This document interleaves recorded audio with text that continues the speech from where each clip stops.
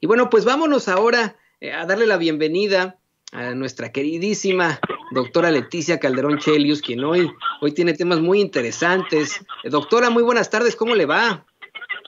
Toño, qué gusto tan grande escucharte directamente y bueno, dejo un abrazo para Vicente, pero es un placer escucharte a ti en esta ocasión. Sí, doctora, a mí también siempre me da mucho gusto platicar con usted, poder pues filosofar con usted sobre temas tan interesantes. Y es que hoy, bueno, pues sigue el tema recurrente, el coro recurrente del coronavirus, las cantaletas constantes en los medios de comunicación tradicionales, que por qué no se aplican las pruebas, que por qué no es pruebas y más pruebas, que por qué no se le bloquea a los aviones desde Londres. Hoy, en la conferencia mañanera, el doctor Hugo López-Gatell dio a conocer que la misma Organización Mundial de la Salud está recomendando no cerrar los vuelos desde Reino Unido, porque a pesar de que sí es una nueva cepa del coronavirus, hay muchas situaciones que no la califican como una de gran peligrosidad, pero bueno, ahí lo tiene usted, doctora. La verdad es que siguen estas voces recurrentes en los medios de comunicación tradicionales y desde también los politiqueros. Pues mira, Toño, sí, yo veo dos niveles del debate, porque mira, por un lado, digamos, ya tendremos tiempo en la vida de hacer un balance de cómo hemos pasado y cómo vamos a trascender este momento tan difícil, porque ni siquiera sabemos cuánto falte de esta circunstancia y de repente esta retórica insistente de decir, bueno, ya está acabando. A lo mejor es una cuestión que la lección es entender que tiene su tiempo y su proceso y que en la medida en que la logremos salir lo menos dañados posibles a pesar de lo doloroso y tanta gente que está sufriendo en este momento, Toño, pero digamos no sabemos en qué momento del proceso vamos realmente y eso no lo puede decir nadie. Ahora la expectativa esta de que si las vacunas, sí, pero eso tiene un tiempo, primero es un milagro de la ciencia. Primero, o sea, es increíble lo que estamos viviendo y creo que no lo alcanzamos a calibrar y habrá tiempo para eso. Pero la siguiente es, eso que parece ser como una solución casi mágica, no lo es porque tendrá su tiempo muy largo, a partir del cual, pues imagínate vacunar a 7.500 millones de habitantes del planeta. Y digo, entra ahí y ya veremos también después, Toño, agárrate, el mantra respecto a que las vacunas sirven o no sirven, yo me la pongo, no me la pongo, en fin, yo creo que eso es parte también del debate. Pero te digo que yo veo dos niveles, porque uno es, si tú quieres, el golpeteo político del día a día, esta parte como de ponerse, te la voy a poner como una imagen, el paciente que le dice el doctor lo que hay que hacer y que entonces el paciente cuestiona al doctor si eso es lo que había que hacer. Bueno, pues entonces no le preguntas al doctor, ¿no? O sea, ya directamente tú tómate tu limón y con esas gárgaras a lo mejor se te quita el virus, como decían al principio, Toño. Entonces, yo creo que en este escenario es muy humano y es una parte de la resistencia, del miedo mismo, de la incógnita frente a algo que no podemos manejar, como es la enfermedad. Digamos, no hay algo más humano que el dolor y por tanto la enfermedad, y es a lo que le tenemos miedo todos los seres humanos y de lo cual no nos podemos librar en algún nivel. Entonces, yo creo que estamos viendo esa parte, ese miedo. La otra, la del golpeteo, esa es muy interesante porque se da en el clima en el cual se hace un coro acompañado de estas voces que de repente repiten, no solo en México, que quede claro, yo creo que eso también ha sido muy interesante, cómo, digamos, se le da una factura de lo local en cada parte, pero en todos los países hemos visto cómo se construyen estos coros que alimentan también el debate público. Por ejemplo, fíjate, simplemente en Alemania hubo un momento en que, bueno, la canciller es lo máximo, porque ella, que además es de profesión química, es una científica, habla desde un tono en el cual ella puede decir lo que sabe porque incluso ha estado en laboratorio. Y después, bueno, pues resulta que tenemos un virus que nos doblega como humanidad y nos pone a pensar también en otras dimensiones en las cuales pues nuestra propia, digamos, desigualdad ha hecho esto aún más grande de lo que de por sí pues es enorme. Entonces, yo creo que esa es la parte en que estamos nosotros y es lo que vemos en las primeras planas de manera recurrente. Y por eso, acuérdate al inicio, ¿no? que si ya cierren, porque ya deben de cerrar, porque, bueno, el mensaje de Thalía, la cantante esta que vive además en Estados Unidos, y que justamente decía que le preocupaba mucho que no se diera el anuncio del cierre en México. Bueno, como si fuera experta.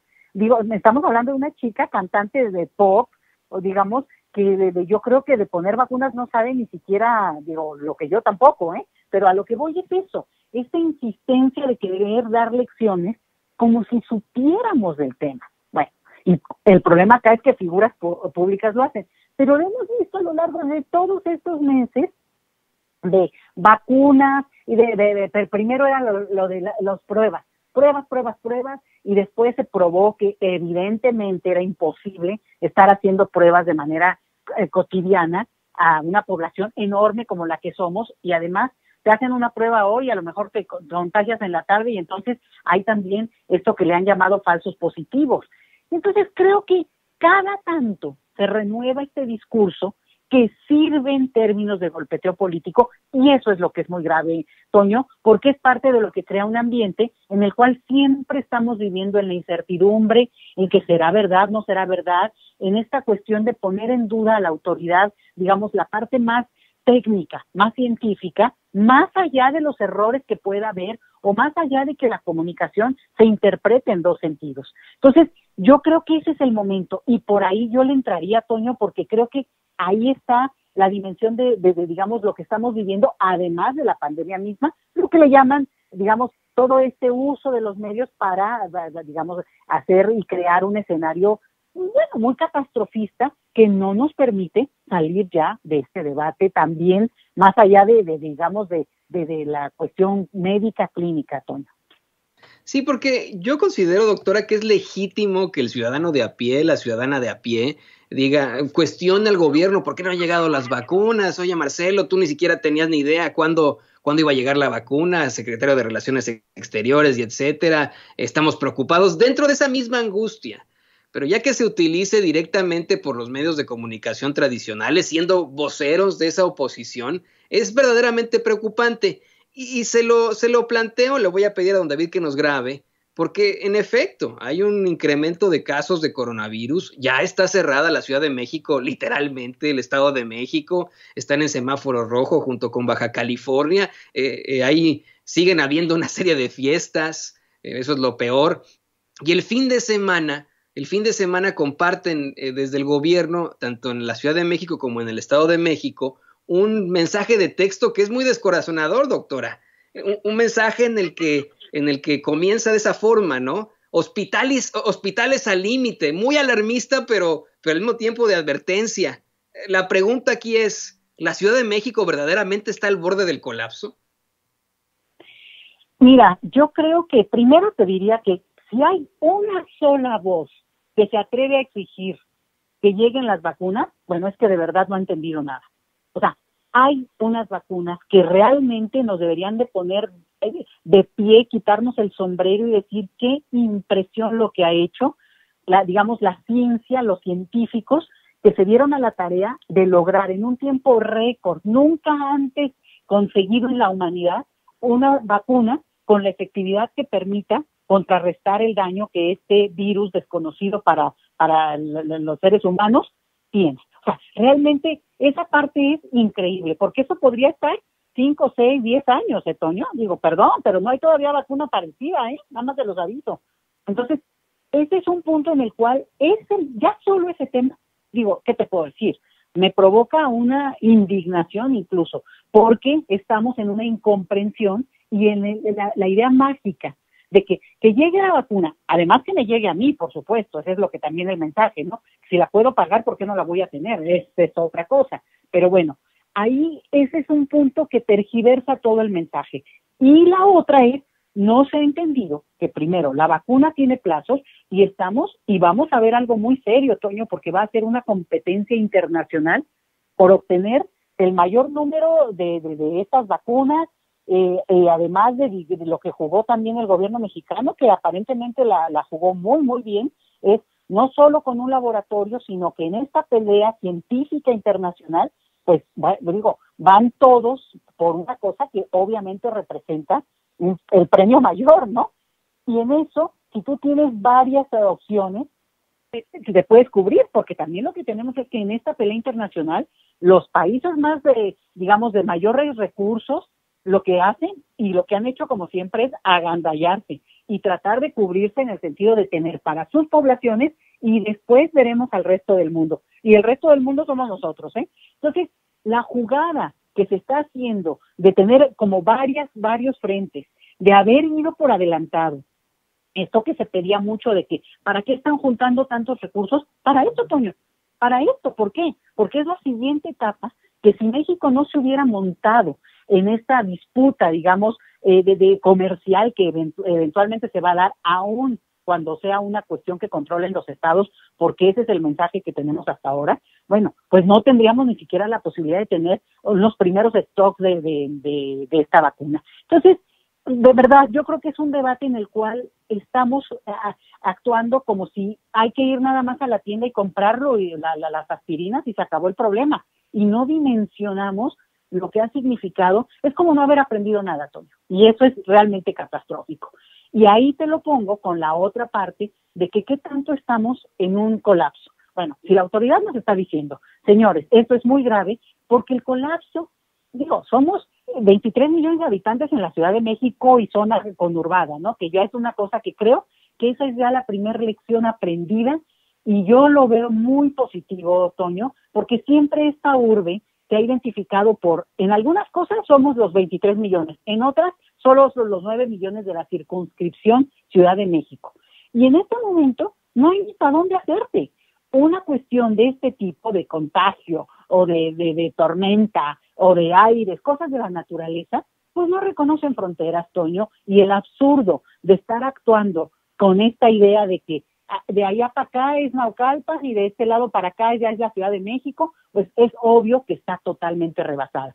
Entonces se entiende que además hay algunas zonas, ahora sí que lo diré, de la zona metropolitana de la Ciudad de México, que están en un estado de gravedad aún mayor, porque aquí se junta lo que ya sabemos, no solo condiciones de enfermedades previas o estados de salud, digamos, precarios de la población, sino además, bueno, también tiene que ver la desigualdad extrema que hace que tengan muy probablemente servicios de salud pues más precarios a su vez, ¿no? Entonces, todo esto que hace un cóctel, el que ha sido la razón que explica los resultados mexicanos respecto a otros en esta competencia, que es otro mantra, de cuánto lleva cada uno como si fuera el Mundial de Fútbol, ¿no?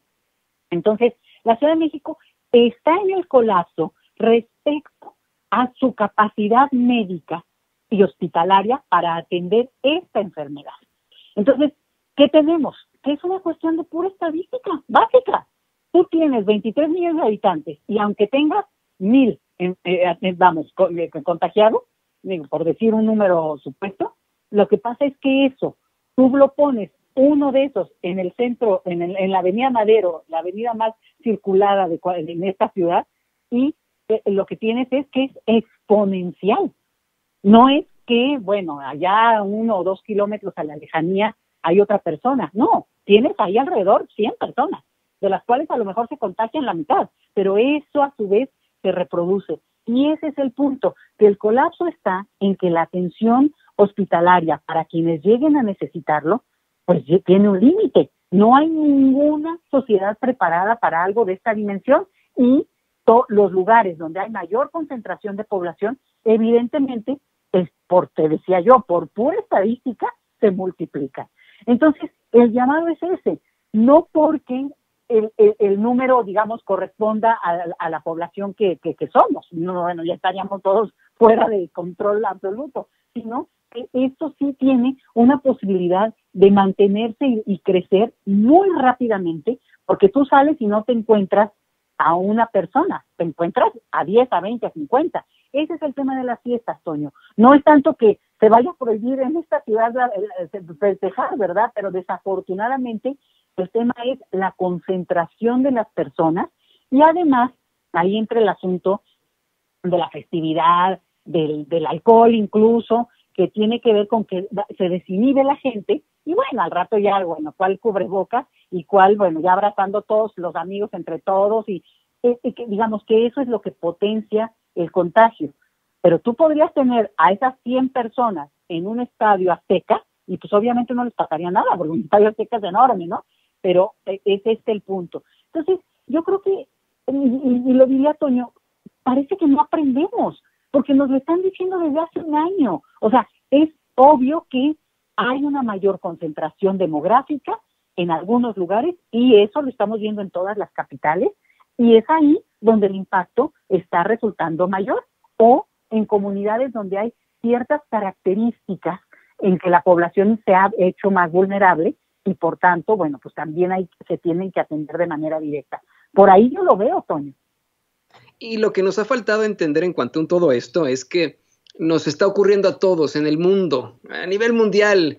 Yo al decir que me parecía algo legítimo la crítica desde la gente de a pie, pues es simplemente desde la desesperación de muchas personas. No es legítima, más no puede ser no correcto. Estoy totalmente de acuerdo con usted, doctora. Somos 6,500,000 millones de personas en el mundo, no, 7,000, disculpe usted, 7,500,000 millones de personas, ¿sí?, en el mundo.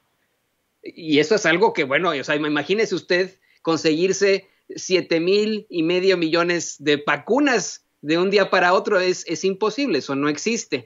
Ahora bien, creo que lo que le falta entender a esa gente que dice, yo ya estoy harto de esta pandemia, por eso es que yo salgo, ya no puedo más con esto, es que todos estamos viviendo exactamente lo mismo. Todos estamos hartos de la pandemia, todos queremos ver a nuestras familias que no hemos visto, a nuestros amigos, nos queremos abrazar, todos queremos tener una carne asada y etcétera, pero no se puede. Y hay que ser lo suficientemente empáticos para poder enfrentar esta gran problemática. No, y además, mira, Toño, todos estamos hartos, todos estamos hartos, pero estamos vivos, los que lo podemos decir. Y si además no te contagias, pues ya tienes un punto más a tu favor. Y si además te llegas a contagiar, porque esa es otra cosa que de una vez voy a hacer el paréntesis, Toño. Miren, nadie está exento de contagiarse, y a mí me da miedo hasta decirlo, pero nadie estamos exentos, aun cuando, bueno, te hayas quedado encerrado. O sea, hay una fantasía en la cual creemos que eso no nos va a contagiar y eventualmente puede ocurrir, pero tampoco hay que culpabilizar al que le pasa, ¿no? Porque al final de cuentas es justamente esto donde hay una volatilidad que va más allá de nuestra comprensión. No entendemos muy bien al final cómo se puede llegar a ver este contagio. Por ejemplo, si alguien cree que solamente, y ese es un punto que creo que es muy importante, ahora con el asunto, el nuevo mantra, ¿no? No, que si llegan o cierran o no los vuelos para los que vienen de Reino Unido. A ver, ¿qué no hemos aprendido? Que el virus no tiene nacionalidad, a ver, ubíquense, y no es una cuestión de que justo una persona que viene directamente, primero suponer que estaría contagiada, y después la siguiente cosa, que te va a contagiar de manera directa e inminente. Entonces, yo creo que son de las cosas que parecería, pues yo hubiera creído que ya habríamos aprendido en una primera, digamos, en una primera rodada de todo este tema que fue por allá de mayo, junio, julio, ¿no? En que se vio claramente que el grito histérico de que si va a venir o que va a llegar, ya vimos que hay un nivel de impacto que no se puede evitar, y el otro que tendríamos que entender que al final de cuentas, por ejemplo, si no se da un seguimiento, si la gente no se atiende, bueno, es igual de grave que venir de donde quieras, sea de Marte o de donde sea. Entonces, yo creo que toda esta parte de estar cansados, de estar hartos, pues es legítima, pero nuestra sobrevivencia de cada uno depende de que aprendamos. Ahora sí que un proverbio muy antiguo que dice, el premio para la paciencia es la paciencia. Y ese es el punto que esta humanidad nos toca, poner el freno y decir, bueno, a ver, ¿qué hemos aprendido hasta hoy? ¿Esto cuánto puede seguir? Toño te lo decía. ¿Quién sabe? Porque realmente es digamos, hay que proyectarnos y cada vez le sumamos más meses, porque si la vacuna, porque si cómo se puede dar. Y creo que empezar a fluir con esto, con este proceso, sobre todo en la medida en que nos podamos también, digamos, adaptar como personas, pero también como comunidades, porque aquí, si no vamos juntos, no salimos tampoco juntos. Hay personas, y digo, lo hemos platicado esto ya mucho, pero que tenemos la suerte de tener pues un ingreso que nos permite estar en nuestras casas y otras personas no, y hay que ayudarnos, porque, insisto, no sabemos en qué momento de la ola de la propia pandemia estamos. Y obviamente va a acabar, obviamente va a pasar, obviamente haremos odas eternas a la ciencia, y digamos que aquí hay un gran triunfador frente al digamos, al discurso dogmático. Pues la ciencia está mostrando pues que tenemos que volcarnos hacia eso, pero realmente no hay momento para decir. Es como ir en un maratón, Toño, y decir a la mitad, digo, habrá el que digan ya no puedes, pues también vale sentarse y descansar, y tampoco se tiene que morir en el camino, ¿verdad? No esa es la idea. Pero en un maratón, el que quiere llegar más rápido, pues no ha entendido que la carrera es de ir trotando para tratar de aguantar el tiempo que se necesite, porque ha estado entrenado para eso emocional y físicamente, y el punto es no desesperarse, más que la condición física, más que la condición física es no desesperarse, y por tanto seguir trotando, respirando profundo y disfrutando el paisaje, Toño, porque no queda de otra. Así es, o bien estando en el mar, en la mitad entre un bote y la orilla, pues ni modo decir, ya me hundo y ya se acabó, ¿no? Pues bueno, te vas a la orilla y ya, así nadas a la orilla. Doctora, cambiando un poco de tema, me parece que la temporada, la pandemia, han borrado tal vez de las memorias o de las conciencias de mucho los casos de esos machuchones investigados, como Lozoya Austin, como Cebadúa, como Rosario Robles. ¿Qué cree que esté pasando en cuanto a todo esto, doctora? Pues es un poco extraño, por lo menos en términos de comunicación, Toño, porque obviamente hemos vivido, vamos a decir solo este año, con información muy interesante, muy valiosa respecto a avances que pueden llevarnos a lo que le llaman macrojuicios.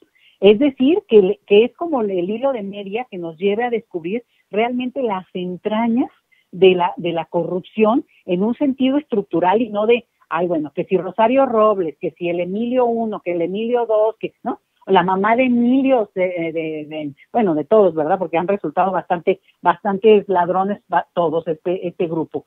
Pero a mí lo que me preocupa es que se da un anuncio, hay una expectativa enorme, y bueno, todos se vuelven en esos 3 días de debate expertos, ¿no? En cuestiones de corrupción, expertos en redes internacionales de tráfico de influencias, bueno, no todo mundo experto en Odebrecht, bueno. Y después, otra vez vamos para la base. Puede haber una circunstancia, y yo no la entiendo, pero en todo caso la autoridad estaría, digamos, obligada a dar información al respecto, en la cual estos juicios se van construyendo con una investigación que tiene un nivel de secrecía y que necesita estar ahí, en esta búsqueda de archivos, de revisión sistemática. Imagínate lo que pueda hacer revisar los archivos de Pemex, o sea, de locos, ¿no? O sea, realmente estamos en este punto, pero sí es necesario que la propia autoridad dé de tanto en tanto información que nos permita ver que el tema sigue, porque hoy lo que sabemos, a menos que alguien hable y me desdiga, porque no tengo idea, Toño, y eso habla de una falta de información, es que los señores Emilio, sea Lozoya o Cebadúa, están cómodamente en sus casas esperando lo que la autoridad les diga, ¿verdad? Pero por lo pronto, tranquilos, o sea, esperando a la Navidad y a ver qué les va a traer Santa Claus. Entonces, eso es un mensaje que no es positivo, porque finalmente no se trata tampoco de una venganza popular, no, pero el mensaje que se nos ha dado es que es gente que ha delinquido de manera deliberada contra una población, además, fuertemente afectada por la desigualdad y la pobreza. O sea, si hoy no hay hospitales, sabemos muy bien que es porque alguien se llevó el dinero, y además incluso pudo habérselo gastado en tonterías en Las Vegas. O sea, no es una cosa de que tú digas en abstracto el dinero se perdió en la nubosidad. O sea, no, hay gente que tiene ese dinero invertido en múltiples bienes inmuebles y inversiones financieras. O sea, no es el punto. Y dando crédito a la autoridad, bueno, te diría, a lo mejor están haciendo esa revisión, ese seguimiento de redes, esta cuestión que es muy complicada, porque entonces en un archivo, bueno, que nos lo digan, Toño, que nos den ese regalo de Navidad de decirnos que sigue el combate a la corrupción, y nada más, no es nada más, digamos, llamarada de petate. Porque si de eso se trata, bueno, o sea, está bueno para programas digamos, de La Rosa de Guadalupe y cosas así, ¿no? Porque al final de cuentas, pues se les hizo el milagrito, en su caso, a la mamá de Lozoya, ¿no? Que francamente, con una situación muy delicada en su momento, aceptaron hablar para que la señora no fuera a dar a la cárcel de manera permanente, y ya, ahí quedó el asunto. La hermana está también supuestamente buscada. Vamos a suponer, se tiene que mantener en sigilo, no, todo este rollo. Bueno, pero debe haber una forma de comunicarnos, y te incluyo un dato. Todos vimos y pusimos la camiseta y nos la jugamos, incluso a los detractores del mismo presidente, con el tema del huachicoleo. La pelea contra el huachicoleo, porque nadie en este país duda que alguien normal no puede ir y sacar ahí el combustible y luego venderlo. Eso se provocó a lo largo de un largo rato. Que son gente muy experta, conocedora de las redes internas, de por dónde cruza el combustible, y por supuesto de escolaridad muy especializada, que pudieron hacer esa primera mapeo para robarse el combustible, ¿verdad? Digo, a lo largo del tiempo se fue volviendo una cosa que pues ya sabemos que lo podía y lo usa o lo saca cualquier persona. Todos apoyamos esa lucha con la que entró de manera muy convincente el presidente López Obrador. ¿Qué pasó, Toño? Hay un avance que tú digas, bueno, y yo lo entiendo, no, que lo vayan ya a resolver, pues ni que fuera varita mágica, ¿verdad? Pero, ¿qué se supo de eso? ¿Dónde están los ingenieros que dieron lugar a ese mapa de huachicoleo, el profesional? No el que siguió, no el ahora que cualquiera va y saca gasolina de donde sea, no. ¿Dónde están? ¿Quién fue, digamos, la mente inteligente? Porque un asunto, Toño, siempre decimos, es que en este país lo que falta es educación, y fíjate que, por lo menos en términos de educación formal, cualquiera de estos, de los que he hablado ahora, es gente de altísimo nivel de escolaridad, y además de una posibilidad de formarse, sea en ingeniería, sea en cuestiones de leyes, en cuestiones internacionales, no, deja tú bilingües, multilingües. Entonces, no ese es el tema al que habría que después meterle una discusión muy buena, porque hemos confundido formación escolar o suma de información con verdadera formación. Entonces, creo que sí son temas, Toño, que no puede dejar la autoridad al aire, porque al final de cuentas confiamos en eso. Y la lucha por la corrupción es absolutamente legítima y nos compete a todos. Pero sin información no hay forma de seguirle el paso y mucho menos de entender que realmente no se está usando esto solamente a un nivel mediático, sino que efectivamente se sigue dando un seguimiento y que eventualmente vamos a ver no solamente resarcir el daño en términos económicos, Toño, sino además a quien ha infringido la ley de una manera tan lacerante, tiene que tener si no hay consecuencias, el mensaje es tremendo. Y es que está directamente en ese concepto que siempre doy aquí en Sin Censura, doctora, de la justicia, la constante y perpetua voluntad de darle a cada quien lo que le corresponde. Nosotros como mexicanos tenemos siempre que luchar por esa justicia, exigir esa justicia, pase lo que pase, estemos en medio de una pandemia, estemos en medio de alguna problemática dura internacional, tenemos que seguir exigiendo esa justicia. Estoy más que de acuerdo con usted, doctora Leticia Calderón Chelios. Pues sí, Toño, y yo creo que decirlo ahora acá y pedir que, bueno, nos lo den de regalito de Navidad, ¿no? Que nos den información, algún informe básico, entiendo yo, insisto, en que pues no, nosotros no tenemos ni siquiera, es como con lo de la vacuna. A ver, dígame la fórmula, bueno, gracias, o sea, no importa, la fórmula que me diga, Antonio, y que si es de este país o del otro, bueno, obviamente hay protocolos, cada área tiene sus indicadores, sus formas de entender cuando un proceso es correcto y está cumpliendo la normatividad que dicha ciencia o dicha área sigue. Lo mismo con el tema de la investigación en temas de corrupción. Supongo yo que debe ser algo delicadísimo y me consta que quien se dedica de manera, digamos, profesional a estudiar esos temas, a seguirlos, bueno, no es cualquier gente y no es que se forme en un día, sino que realmente pues es una cuestión especializada.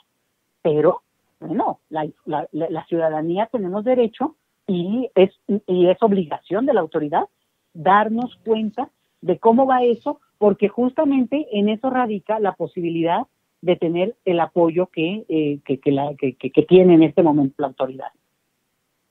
Así es, en definitiva.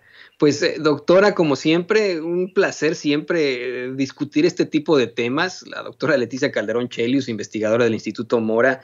No sé si nos pueda una vez más compartir sus redes sociales. Es algo que veo yo en los chats, la gente busca contactarla, verla en otros espacios. ¿Nos puede compartir sus redes sociales?